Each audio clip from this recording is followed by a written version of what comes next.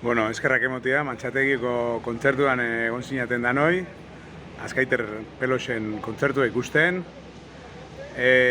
Pixkat, urrengo kontzertuen berri emateko bideo hau, ekainak bat osteguna egongoa Arrasateko Rugby Ferixan, Baby Blues. Gaizkazkat harmonikan eta nik jotzen bluesa euskeraz.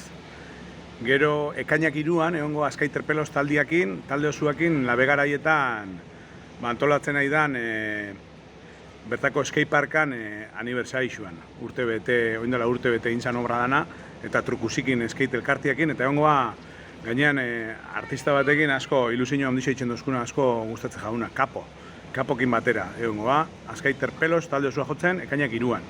Bueno, ni speaker moduan bebai egongo naiz San Martzialen, egun berdinean goizian, Arantzadi ikastolako egunian, eta gero, ekainak 28 eta 29 daukou bi kontzertu. Laino skateparkian joko Azkaiter Pelos eta Bergarako musika eskolako perkusio ikasle talde handi bat, eta Aitor Aranburun ikasliak dionek, eta bueno, musika eskolako hainbat musikari eta launez ingurauta egongoa, Azkaiter Pelos, hori ekainako eta 28an, Bob Dylanek Budokanen Joseban kontzertua tributo bat eitzen, baina gure kasuan euskera zabesten. Eta gero ekainako eta 9an Baby Bluesekin daukou trintxerpen ostegunakin, trintxerpen ez, Pasaia San Pedron.